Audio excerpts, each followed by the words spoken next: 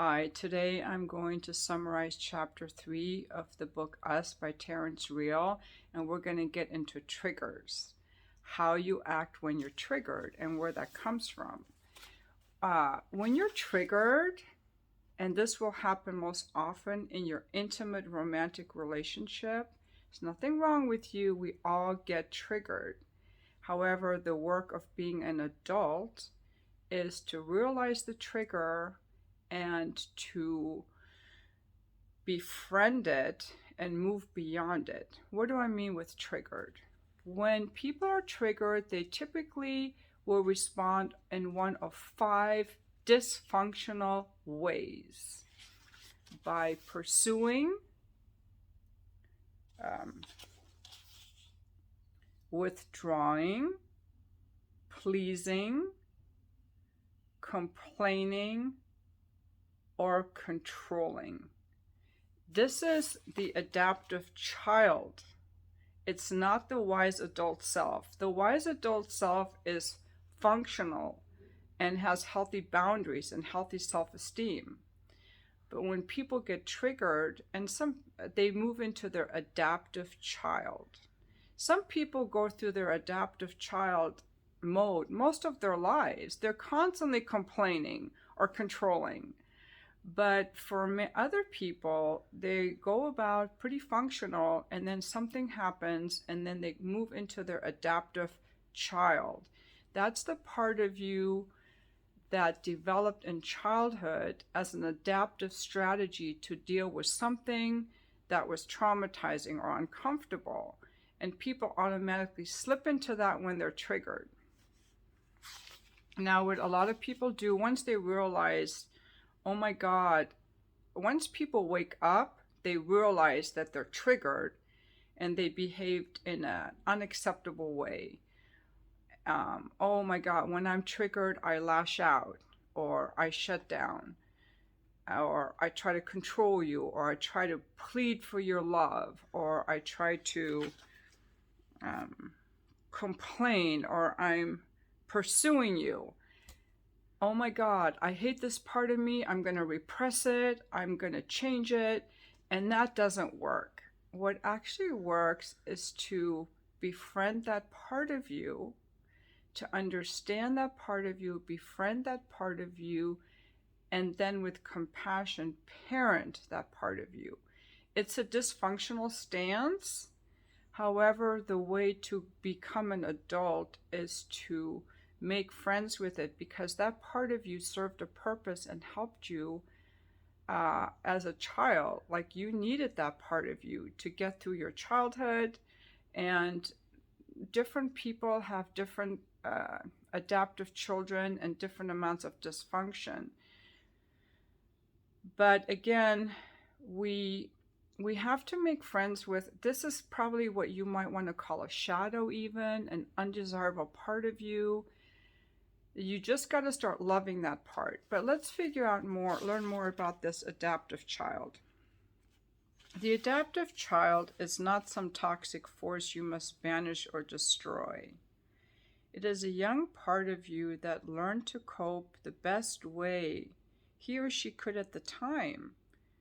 She needs to be parented, and the only person who can reliably do that at this point is you. There's a spiritual principle at work here. To move beyond some part of you, you must first get to know it and ultimately befriend it. A dysfunctional stance, which is pursuing, withdrawing, pleasing, complaining, or controlling, will never get you what you want. Now, this is an exercise for you, is to think about which dysfunctional stance do you use when you are triggered in your relationship. Okay, so one dysfunctional stance is angry pursuit, or offending from the victim position. You feel like a victim, so you act like an offender. For example, you hurt me, so I get to hurt you back. or angry pursuit. You try to get someone to love you by being angry at them. Come on, I want to be closer to you. I deserve sex from you. Angry pursuit is not seductive. None of these techniques work. Or a martyr is one type of dysfunctional stance, a tyrant. And then once you identify your own dysfunctional stance, try to put an adjective to it. So for example, if you know that you're a victim, what kind of victim are you? Are you a helpless victim? A furious victim? What kind of tyrant are you? So you can label yourself. This is very helpful. And then you might also want to label your partner or ask your partner what is their adaptive child, their dysfunctional stance. I would say that I would be an angry victim or a helpless victim, or I would withdraw. In my relationship, I would typically, I think I would be an angry victim, or I would withdraw. Yes. So the first part that you want to do is assuming that you are in your wise adult self 364 days out of the year, but that one day when you're off, where do you go? So identify that. Okay. And the second part is to ask yourself, where did it come from? Where did it come from? Because these ways of operating that are not ideal are things that you saw someone do, probably your parents, someone did to you, or you were allowed to get away with it. In other words, who did you see do this? Who did it to you? Who did it to you? Let me start over. Who did you see do this? Who did it to you? And who did you do it to and no one stopped you? The last case being a child that can get away with everything and no one stops them. That's what that is. That leads to grandiosity. It's a type of child abuse and neglect to let a child have no boundaries and get away with whatever they want. It's called falsely empowering psychological neglect. But these dysfunctional ways of behaving come in childhood because we just adapt to what we're taught, what we learn. That's how our brain is wired. That's what we learn. That's the behavior we think is normal. And it's a type of trauma, because childhood trauma isn't just the one big thing where you were sexually abused or you had some major event happen. It can also be the little things that happen over and over and over. Not the one time you pulled mom off the ledge of her 14th floor balcony, but the 100,000 times she told you that you were too much of a burden for her to bear.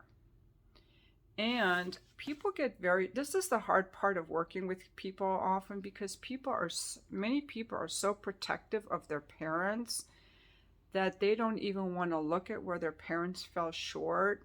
So sometimes I have to kind of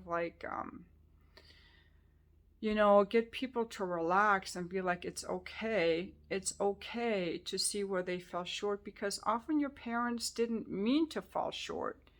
Like, they might have just been depressed, or they had so many jobs to do. They didn't mean to neglect you or make you feel like a burden, but you felt like a burden because they had so much going on. And other times people don't even realize what their childhood trauma, because they don't know what they didn't get. So here we have an example in this book, Joey and Linda. Linda says, it's like when Joey gets aggressive, I just want to go away, because he starts really yelling. And during the session, he admits that he was abused as a child, sexually by his aunt. And the therapist Terry says, "You mean you were?" 7, he says. "No one knew. I didn't tell nobody." And this big man begins to cry. He balls his hands into fists and cries into them. "I'm sorry," I tell Joey. "I'm so sorry." It's like, Joey tells me, still tearful, it's like no one's there. There's no one home. No one to tell. Like no one cares about my story. Now, this is the reason this example is brought up. When Joey has a big wall around him, and when he gets really aggressive, Linda wants to go away. She has a big wall around her. She doesn't want to deal with his anger. And when he finally softens up and becomes more gentle, then she comes out behind her wall. But on the other side of Linda's wall, Joey is this, inside, he's this little boy who feels alone and abandoned and overwhelmed. And it isn't from that one time his aunt sexually abused him. It's from all the days that he was left alone as a child. When Linda shuts him out, he actually feels like there's no one to tell, like no one cares about my story. His inner child feels the aloneness that that boy of 7 must have felt in his family. Joey later describes his mother as a prescription drug addict while his father was out with a succession of girlfriends. A therapist might quite legitimately focus on the one incident of sexual abuse, and that did need to be tended to. But what caught my interest was the aloneness of that little boy. His aunt abused him once. His parents abandoned him 365 days a year. This is relational trauma. Trauma meted out every day of your childhood. Notice that in his relationship with Linda, it isn't Joey's feelings of being used or suffocate, feelings he'd associate with his aunt's incest, that get activated. It's his far more damaging feelings of abandonment. Abandonment is a child ego state. Adults don't get abandoned, I tell Joey. Adults get left, or even if you want, rejected, but they survive. Abandoned means if you leave me, I die. Children get abandoned. When you feel that petrified, desperate feeling, you are no longer in your adult self. You are in a child ego state. And here's the problem. Joey wants Linda to care for that hurt, angry 7-year-old. You know, we all want our partners to reach in and heal the young, wounded parts of us with their love. But guess what? They can't. The tough news here is that the only person who can with absolute consistency be there for our inner children is us.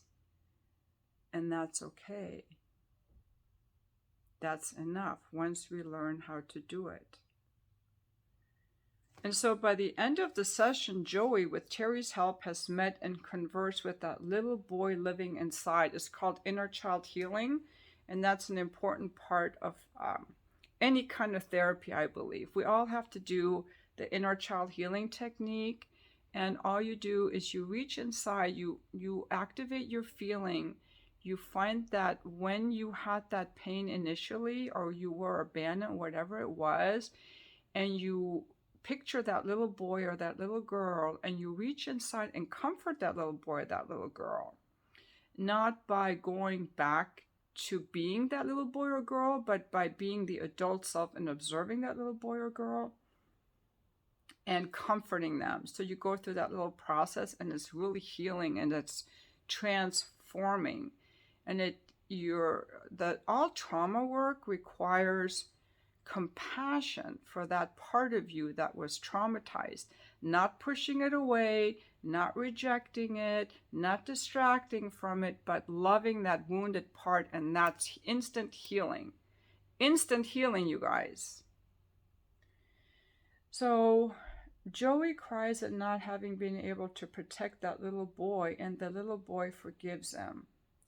Joey pledges to care for that vulnerable part of him from now on. And he says to his little boy, "You don't ever have to be alone again."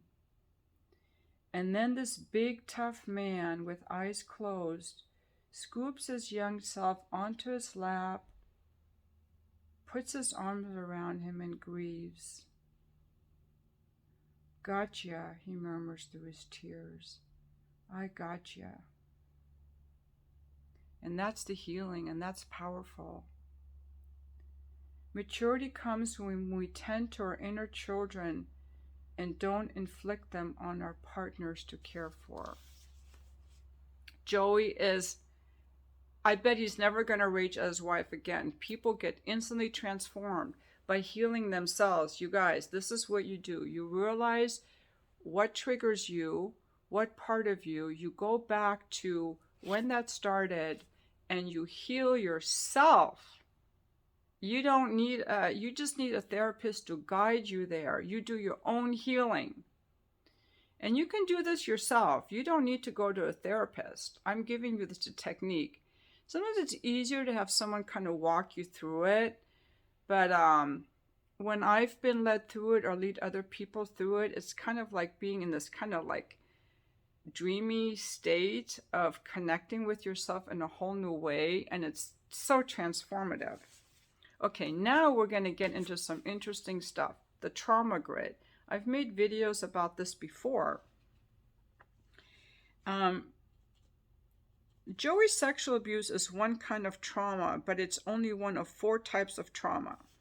And each has its own damage and its own adaptation. So I'm going to present again the trauma grid. And here it is. So the trauma grid, is this backwards? No, it's not backwards. Okay. So on this axis, you have empowerment and disempowerment, and which is self-esteem. You can either have grandiosity, which is false empowerment, or shame, which is disempowerment. And on this axis, we have boundaries. We have walls, which is, and we can have too much porous, no boundaries. And we want to be in the middle. We want to have healthy self-esteem and healthy boundaries. Now, the trauma grid is what happened to us, okay? Oh gosh, I got to do it like this. So you can have, if somebody was intruded upon, and it's like, let's say you had an intrusive parent who was grandiose. So that they would be, it would be if you were subjected to incest or emotional caretaking. Let me just go through some of these examples. If you can just keep this in your mind. I'm going to come back to this and put this grid back up, but I just want you to realize that we have these 2 factors that we want to look at is like, did your parents treat you with healthy boundaries? Were they too intrusive or were they walled off? Okay, so if they were too intrusive, they might have tried to control you, sexually abused you, yelled at you, raged at you, intrusion. And children take everything internally, so they even if parents are yelling at each other, it's as if they're yelling at the kids. It's a lack of boundaries, or your parents felt entitled to just go off on you, just say whatever they wanted because they feel it in the moment. They deserve to express themselves. That's boundarylessness. Or were they really walled off? We don't talk about our feelings. You're hurt, get up, knock it off. Don't cry. Or boys who played sports and their dad saying, you hurt yourself, get up, be a tough boy. No feelings. And these kids have to repress their feelings. Their parents are walled off. Okay, that has to do with boundaries. Now, self-esteem, were you valued for who you were, or were you allowed to get away with everything? If you were allowed to get away with everything, you're falsely empowered. If you were made mommy's little hero, you were falsely empowered, because a child is not supposed to be a caretaking adult or be mommy's hero. You're supposed to be a child. You're supposed to be protected. So falsely empowering a child is they do something bad and they get away with it. At the other extreme of self-esteem is shame. When you tell a child that they're bad, that they're not good enough, that they're a burden. And so these boundaries and empowerment, shame, boundaries and self-esteem can end up in these 4 quadrants if they're not in the center, 4 dysfunctional ways. And I'm going to give examples of each. So in the trauma grid is important because the trauma grid lets you know how you were parented. And then what happens, people will either react against what happened to them. I mean, they will do both. They will react against what happened to them, and they will also model what happened. So they will model after the parent they were closest to and react against the other parent, usually by modeling how the parent they were closest to reacted to the offending parent. So let's say that you have a mother who's very loving and sweet and codependent.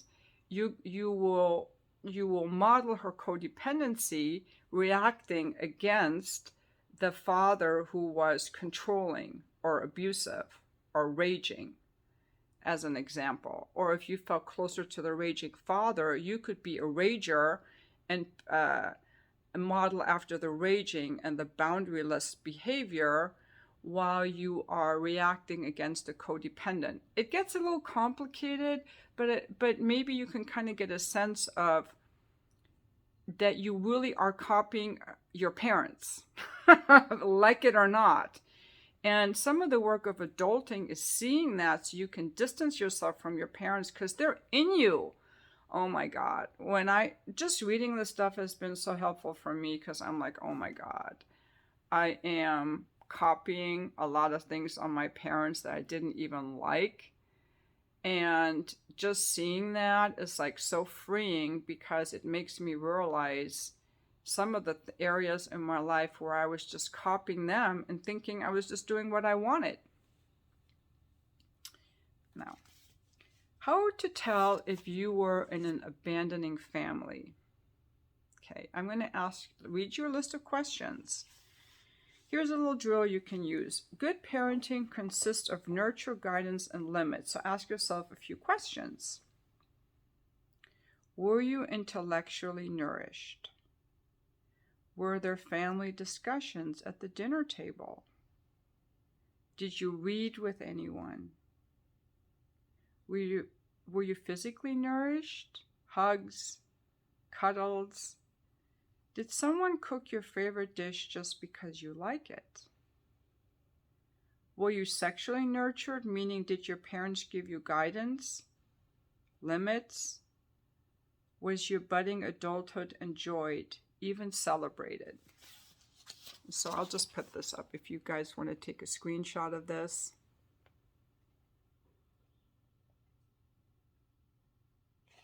Now, for me personally, yes to everything. Yes, yes, yes to all of this.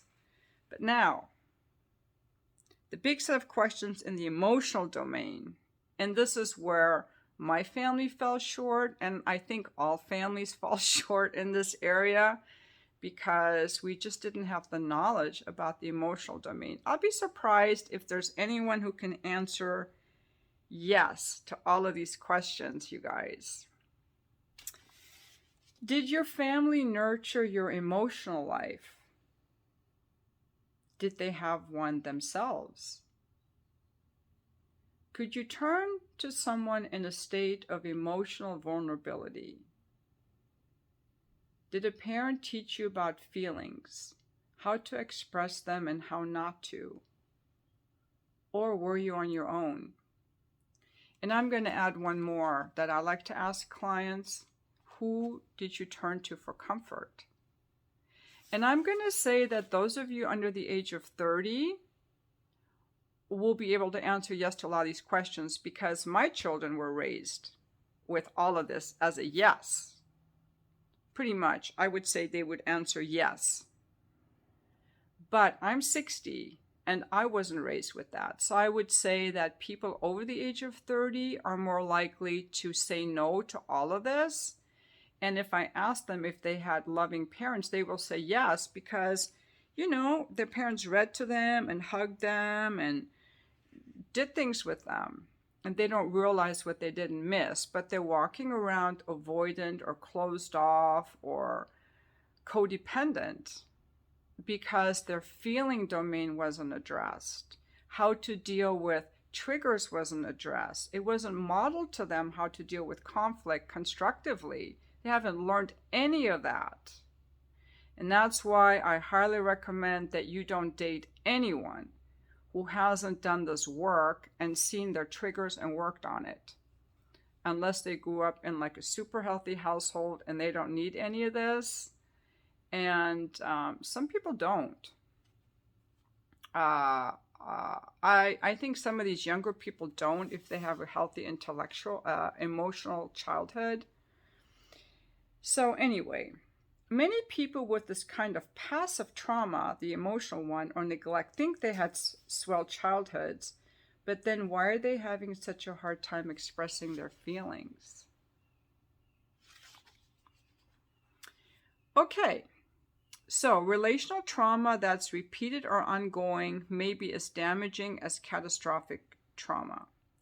And passive trauma can do as much damage as an intrusive violation. So just remember that. Like, someone neglecting you emotionally can be as damaging and trauma-wise as someone who hit you or abused you in some way. All right, so when we looked at the horizontal line on the trauma grid, we saw that trauma can be intrusive, boundaryless, or it can be abandoning, walled off. And on the vertical line, we talked about the spectrum of power, where health is in the center. Healthy transactions leave the child feeling neither superior nor inferior to anyone. That's healthy self-esteem. When we think of trauma in childhood, we mostly think of shaming transactions, of words or behaviors that leave the child feeling less than. This is called disempowering abuse. And those kids live in a shame-based position their entire lives unless they do the work of transformation.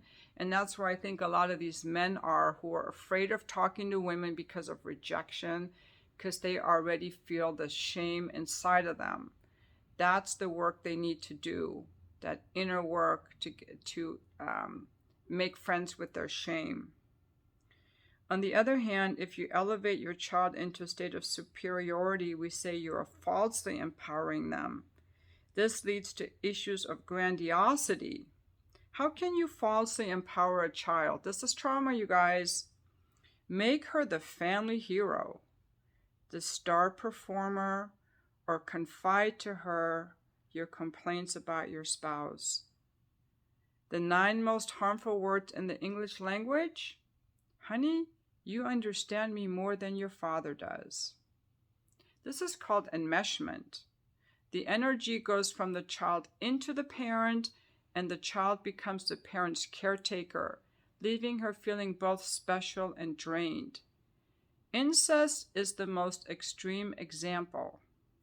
You're so beautiful, I couldn't resist you. You're so special, I had to molest you. You don't need to actively elevate a child to groom them for grandiosity. Neglect is another way. Children need limits. Okay. So now this video is turning out to be so long. I was trying to make them shorter, but there's so much to say. The adaptive child is a mixture of reaction and modeling. This gets a little complicated, maybe, but I'm going to try to simplify it. It's typical for children to resist intrusion or neglect while simultaneously internalizing it.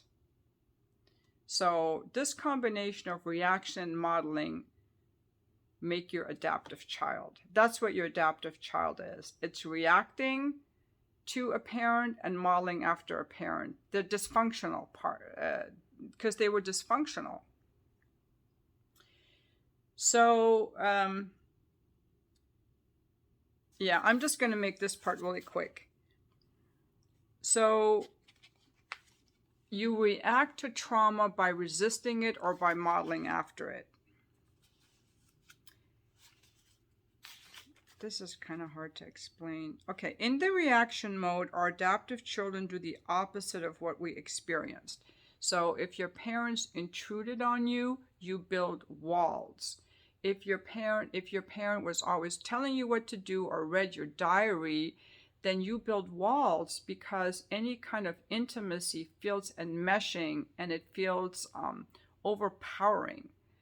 It can also be if you had to be caretake your parent, emotionally caretake your parent, any of that kind of enmeshing your child is a boundary violation. Sexual abuse, confiding in a child, things that the child shouldn't know is an intrusion. So the child reacts by building walls. It's the resistance. It's that aspect of our adaptive child that is defiant. Similarly, if your parents abandoned you, your reaction will be to be very needy, people-pleasing. Please love me, because that's your reaction. That's how you want to get love. You do the opposite. So if the parents were abandoning, the daughter can turn out to be needy, anxious. Okay. Now,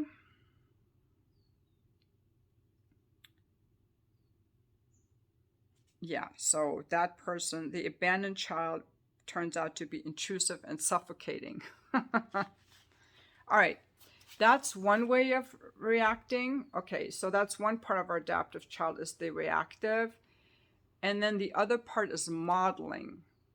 And in modeling, it's really hard to see the modeling part because we think that's who we are, but we're unconsciously modeling after one of our parents. It's internalizing something. So whenever a young person encounters trauma, they react to it and they also repeat it. Modeling has elements of identifying with the aggressor. You see yourself as you were seen. You internalize bad behavior as normal. So you might start yelling at someone because you were yelled at and you think that's normal, and you don't realize it's not normal in the moment that you're triggered. So the work in this moment is to stop and breathe. And ask yourself, which part of me am I in now? The adaptive child is who we referred to when we are triggered. It's the immature ego state. Now, one thing that relational life therapy really pays attention to is grandiosity. Most therapists won't deal with grandiosity. Terry has a saying that two kinds of people hold a strong belief that loving The her child underneath will cure a person's grandiosity. They are codependent women and psychotherapists. Research shows that half of all people classed as narcissistic are driven by inward shame. The other half simply think they're better than everyone else. And then he talks about false empowerment as a form of abuse. Making a child into the family hero is a form of trauma. No one asked to be groomed for grandiosity. It happens to them through false empowerment, and they generally take it in by modeling a grandiose parent.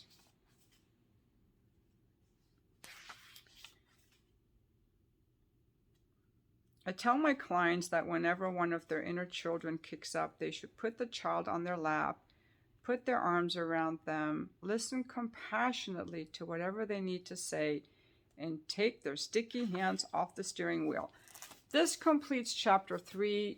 I know it gets kind of complicated, but the main thing I hope that you got out of this is that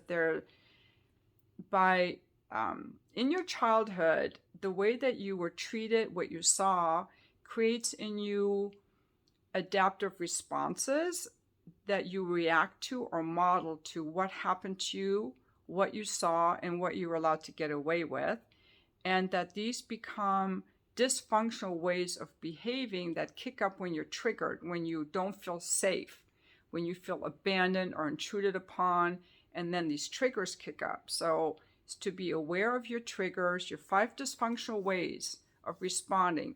This is dysfunctional. Anytime you are pursuing, withdrawing, controlling, I always forget them all. I always forget them all. Maybe there's a reason I forget them all. Okay, anytime you are being right, controlling your partner, practicing unbridled self-expression, just going off on someone, retaliating against your partner, or withdrawing from your partner, you are in your adaptive child. You are triggered. You're not in your wise adult self. You're in a dysfunctional stance. Again, being right, controlling your partner, just going off on someone, unbridled self-expression, retaliating, or withdrawing.